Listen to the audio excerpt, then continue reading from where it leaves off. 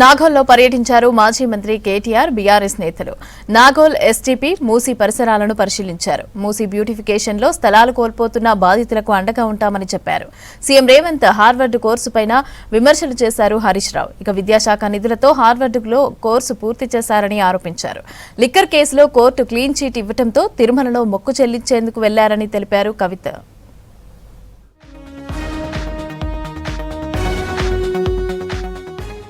అభివృద్ధి అంటే విధ్వంసం కాదన్నారు బీఆర్ఎస్ వర్కింగ్ ప్రెసిడెంట్ కేటీఆర్.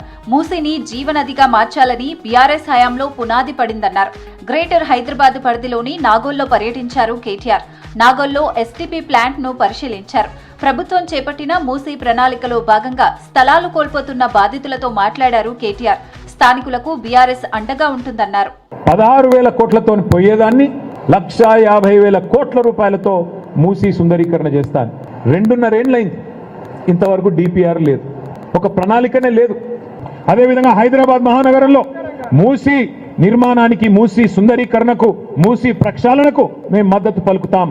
కానీ మూసీ పేరిట లూటీ చేస్తానంటే మాత్రం తప్పకుండా అడ్డుకుంటాం. విద్యాశాఖ నిధులు రాష్ట్రంలోని విద్యా సంస్థల కోసమే వినియోగించాలన్నారు మాజీ మంత్రి హరీష్ రావు. స్కూళ్లు, కాలేజీలు, యూనివర్సిటీలు విద్యార్థుల కోసం వాడాలన్నారు. అంతేకాని సీఎం రేవంత్ హార్వర్డ్ సర్టిఫికేట్ కోసం, స్పాన్సర్షిప్ల కోసం కాదని చెప్పారు. స్కూళ్లలో బ్రేక్ఫాస్ట్ స్కీమ్ రద్దు చేసి పిల్లలను ఆకలితో వదిలేశారంటూ ఎక్స్లో పోస్ట్ పెట్టారు హరీష్ రావు. హార్వర్డ్లో రేవంత్ పూర్తి చేసిన leadership for 21 first century course రాష్ట్రానికి సంబంధించిన అధికారిక పర్యటన ఎలా అవుతుందని ప్రశ్నించారు హరీష్.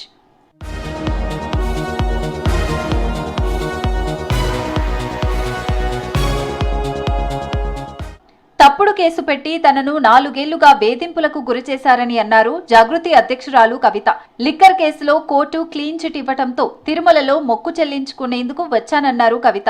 వెంకటేశ్వర స్వామి అంటే తమకు ఎంతో నమ్మకమని, ఆ దేవుని దయతో కేసును కోర్టు డిశ్చార్జ్ చేసిందని చెప్పారు.